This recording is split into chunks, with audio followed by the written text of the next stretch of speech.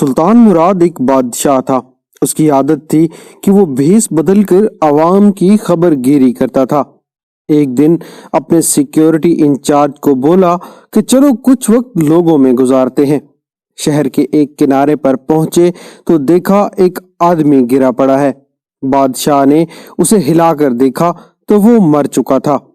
لوگ اس کے پاس سے گزر کر جا رہے تھے۔ بادشاہ نے لوگوں کو آواز دی، ادھر آؤ۔ لوگ جمع ہو گئے اور وہ بادشاہ کو پہچان نہ سکے۔ لوگوں نے پوچھا کیا بات ہے؟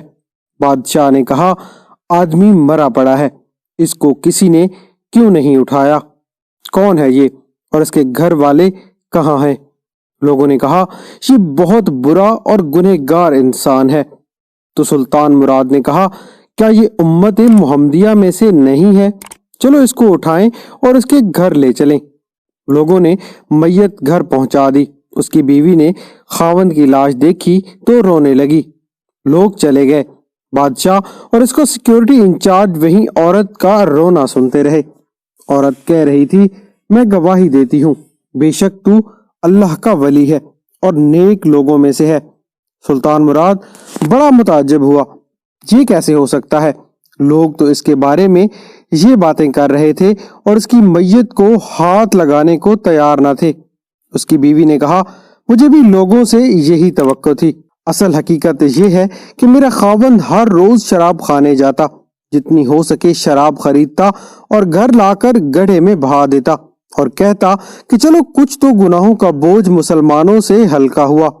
اسی طرح رات کو ایک بری عورت کے پاس جاتا اور اس کے ایک رات کی اجرت دے دیتا اور اس کو کہتا کہ اپنا دروازہ بند کر لے، کوئی تیرے پاس نہ آئے۔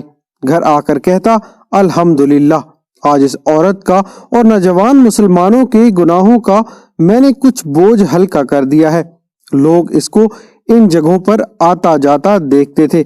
میں اسے کہتی تھی کہ یاد رکھ، جس دن تو مر گیا لوگوں نے تجھے غسل دینا ہے، نہ تیری نماز پڑھنی ہے اور نہ تجھے دفنانا ہے۔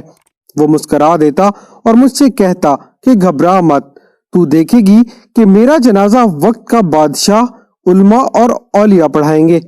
یہ سن کر بادشاہ رو پڑا اور کہنے لگا میں سلطان مراد بادشاہ ہوں، کل ہم اس کو غسل دیں گے، ہم اس کی نماز جنازہ بھی پڑھائیں گے اور اس کی تدفین بھی کروائیں گے۔ چنانچہ اس کا جنازہ بادشاہ، علماء اور اولیاء اور کثیر عوام نے پڑھا۔ دوستو، آج ہم بظاہر کچھ دیکھ کر یا محض دوسروں سے کچھ سن کر اہم فیصلے کر بیٹھتے ہیں۔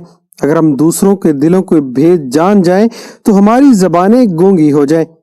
آپ کو یہ ویڈیو کیسی لگی ہے کمنٹ میں اپنی رائے کا اظہار ضرور کیجیے گا اور جاتے جاتے ہمارے چینل کو ضرور سبسکرائب کیجیے گا۔ اللہ آپ کا حامی و ناصر ہو۔